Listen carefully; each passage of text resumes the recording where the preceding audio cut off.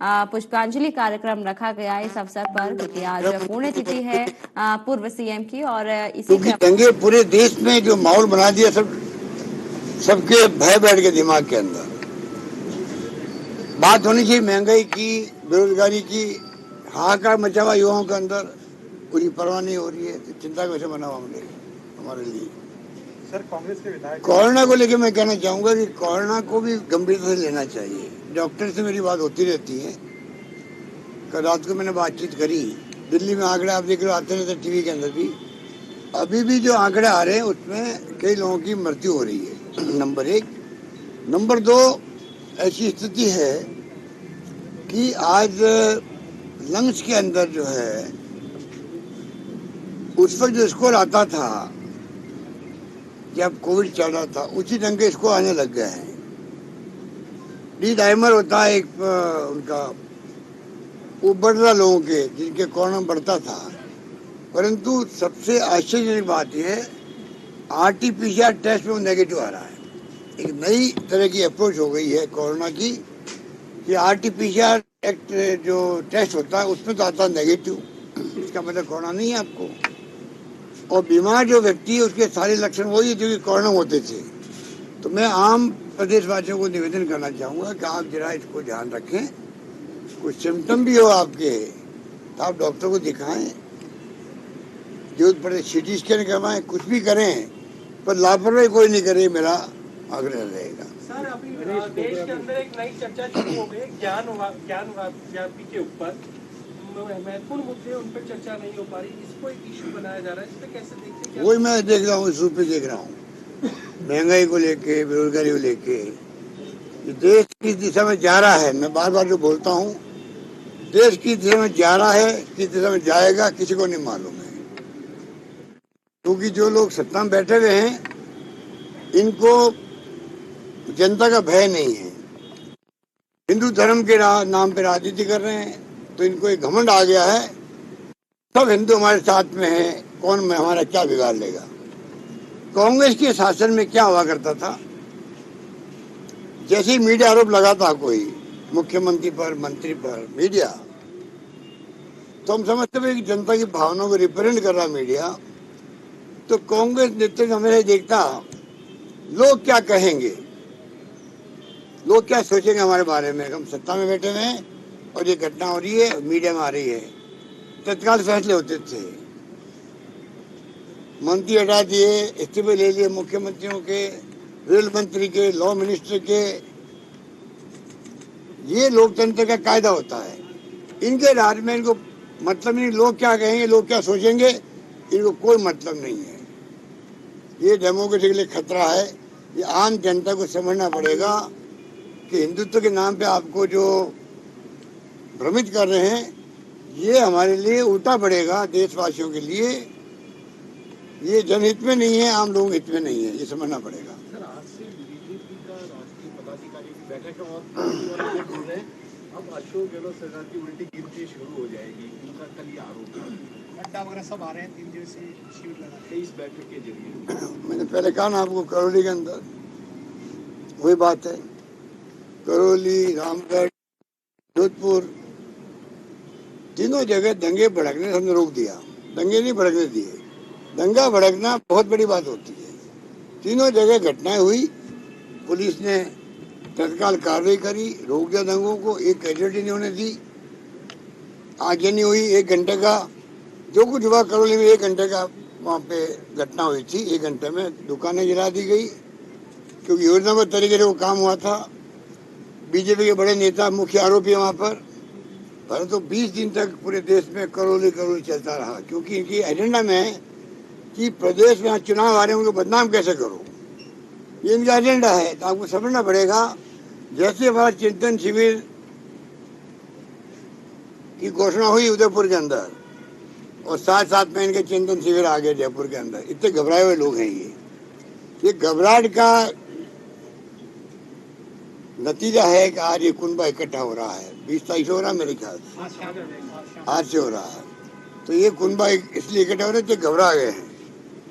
इसलिए आप समझ सकते हो, मुझे लगता है इस बार जनता फैसला करेगी कि कांग्रेस के पक्ष में मतदान करें दोबारा कांग्रेस को सत्ता में लाए, मुझे लगता है, क्योंकि ऐसे ऐसे काम हमने किए हैं जो पूरे देश में कहीं नहीं है। पूरे देश में अगर स्वास्थ्य की सेवाएं हो, शिक्षा का क्षेत्र हो, जिस प्रकार पानी में, बिजली में, शिक्षा में, स्वास्थ्य में, सड़कों में और सोशल सिक्योरिटी में काम राजस्थान में हो रहा है, मैं समझता हूँ बहुत कम प्रदेश में हो रहा है। और हमारी कई स्कीम ऐसी है जो सिर्फ राजस्थान के अंदर ही लागू हो रही है। किसान का बजट लेके आए हम लोग, हमने घोषणा की, उसके बाद में पहली असेंबली आ गई तमिलनाडु की, उन्होंने लेके आए बजट किसानों का, फिर हमने पेश किया इस बार हमने। तो सब बातें नवाचार हो रहा है, राजस्थान से हो रहा है और मोदी जी को करना पड़ रहा है। आज मैंने पढ़ा है भास्कर के अंदर पत्रिका में कि जो हमारी इंदिरा गांधी शहरी रोजगार योजना है, प्रधानमंत्री जी की आर्थिक सलाहकार समिति ने कल रिकमेंड किया है कि राजस्थान की तरह पूरे देश में लागू होना चाहिए, शहरी रोजगार योजना लागू होनी चाहिए। हमने चिरंजीवी योजना लेके आए हम लोग, आईपीडी ओपीडी सब फ्री, 10 लाख का बीमा, कंट्री में कहीं नहीं है। आखिर प्रधानमंत्री जी को भी करना पड़ेगा उसको पूरे देश के लिए, मेरा मानना है। ओपीएस हमने लागू किए देश के अंदर, पूरे देश के राज्यों के अंदर हलचल मच गई है। सब यहाँ आकर के पूछ के जा रहे हैं, इंक्वायरी कर रहे हैं हमारे चीफ सेक्रेटरी से, हमारे सेक्रेटरी, फाइनेंस सेक्रेटरी से कि भाई ये किस किस प्रकार से आपने किया है। अधिकांश योजनाओं की जानकारी हमारे यहाँ से ली जा रही है, ये स्थिति है। टीआरसीपी को लेकर एक बड़ा मूवमेंट पूरी राजस्थान में खड़ा हो गया और अब मूवमेंट खड़ा होना चाहिए, जनता को आगे आना पड़ेगा दबाव देने के लिए। हमने दबाव देना था, वो दे रहे हैं। प्रधानमंत्री जी को वादा याद दिला रहे हम लोग। वादा किया आपने जयपुर में और आपने अजमेर के अंदर। उनकी सरकार के मंत्री कह रहे, जो पानी के मंत्री है, कि कोई वादा किया ही नहीं, मैं संन्यास ले लूंगा राजनीति से। अब उनके मुंह में ताला लग गया, वो संन्यास कब लगे पता नहीं। स्थिति ये है, ये स्थिति है। सर गणेश गोगरा नाराज चल रहे, इस्तीफा दिया है। उन्होंने कहा कि पट्टों को लेकर मैंने प्रदर्शन करा, मेरे ऊपर ही एफआईआर कर दी गई है, लोकल प्रशासन नहीं रहा है, चिंता व्यक्त करी। उन्होंने कहा मैं जनता का प्रतिनिधि, जनता की बात कर रहा हूँ और आगे भी प्रदर्शन करता रहूंगा। देखिए, नौजवान साथी हमारा है, वो भावुक आदमी है और संघर्ष करते रहते हैं अपनी जनता के लिए। उसकी तारीफ करनी चाहिए सभी जगह। जो जनप्रतिनिधि जनता के बीच जाएगा, जैसे राहुल गांधी जी ने कहा था, जनता से कनेक्शन जोड़ो। इसलिए गणेश गोगरा जी ने अगर कोई कदम उठाए हैं जिसमें गए वो पर जन सुनवाई करने के लिए जाना चाहिए, सब विधायकों को, सब कार्यकर्ताओं को जाना चाहिए। क्योंकि हमारा असली काम राजनीति में काम करने वाला यही होता है कि आप जब मौका लगे जनता से मिलें, जन सुनवाई करें और समस्या हल करें, ये तो ठीक है। वहाँ घटना दूसरी हो गई, वहाँ कोई अति उत्साह में किसी को बंद कर दिया, एसडीएम को बंद कर दिया। तो कानून का राज है राजस्थान के अंदर और कानून का राज रहना चाहिए, इसलिए एफआईआर दर्ज हो गई।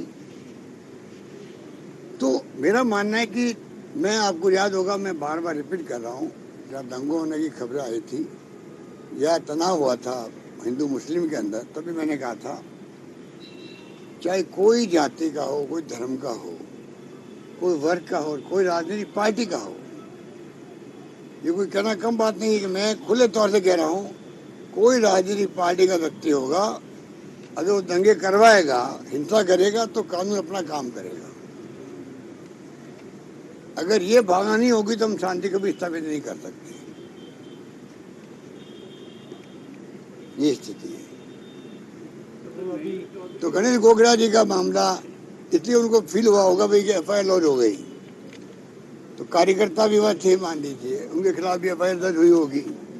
इस रूप में उन्होंने प्रोवोकेशन हुआ होगा, उसके कारण इस्तीफा देने का उन्होंने घोषणा की होगी। हम उनको संदेश करेंगे, अच्छे व्यक्ति हैं, नौजवान साथी है, मैं उम्मीद करता हूँ वो सब वहाँ पे नॉर्मल स्थिति बन जाएगी। में उन्होंने कहा था गणेश गोगरा भी राहुल जी के सामने कि अगली सरकार अशोक गहलोत की बनेगी, और अशोक गहलोत करेंगे भावना रखी थी, जोश दिख रहा था उनको उस दिन सभा के अंदर।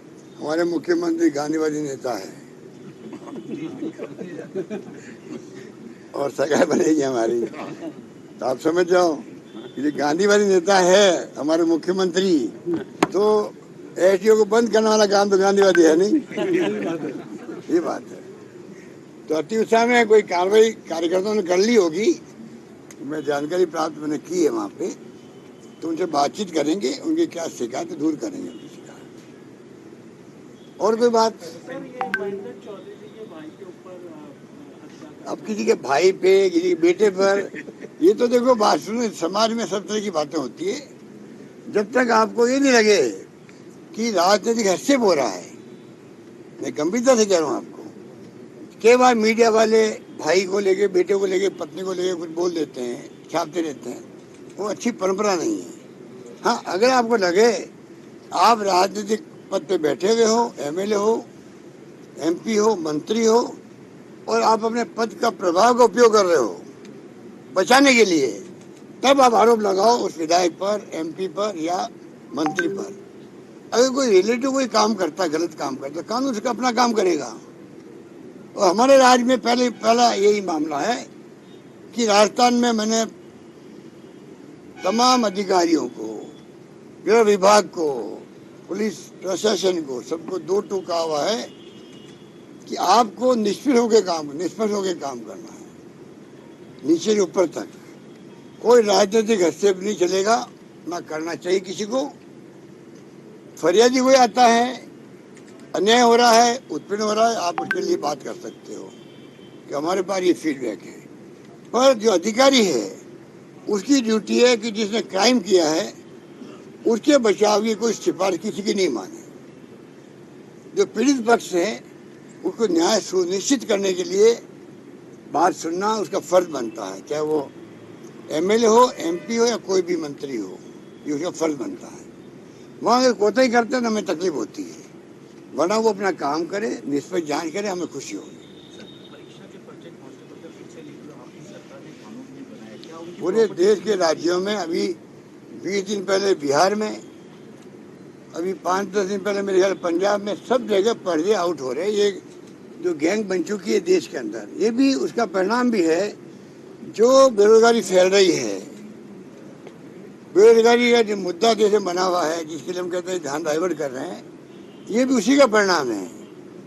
जो क्राइम हो रहा है, रेप हो रहे हैं, काफी हद तक उसमें भी उसका कारण होता है कि जब आदमी फ्रस्ट्रेशन में आता है, ये क्राइम करता है, नशा पता करता है, क्या क्या नहीं करता है। भारत सरकार हो चाहे राज्य सरकार हो, हम सबकी ड्यूटी बनती है अधिक से अधिक कैसे हम नौकरियां लगाएं बच्चों की, नौजवानों की, छात्रों की, बेरोजगारों की, चाहे सरकारी हो चाहे गैर सरकारी हो, कहीं को रोजगार मिलना चाहिए उनको। नहीं मिलेगा तो क्राइम बढ़ेगा, घटनाएं बढ़ेगी, और पेपर लीक की तरह घटनाएं भी गैंग बना के होगी, जो हो रही है। हर राज्य में होने लगी, यूपी में बहुत बड़ी घटना हुई थी, आपको मालूम है, हर राज्य में होने लगी थी। ये बहुत चिंता का विषय है। राजस्थान में हमने कानून भी पास किया है, हम चाहते हैं कि उसको हम लोग सुनिश्चित करेंगे कि यहाँ टाइम पे रोजगार मिले लोगों को। हमने इतने बड़ी संख्या में नौकरियां निकाली है, उसका फायदा मिले लोगों को, ये हमारा सोच है। ठीक है।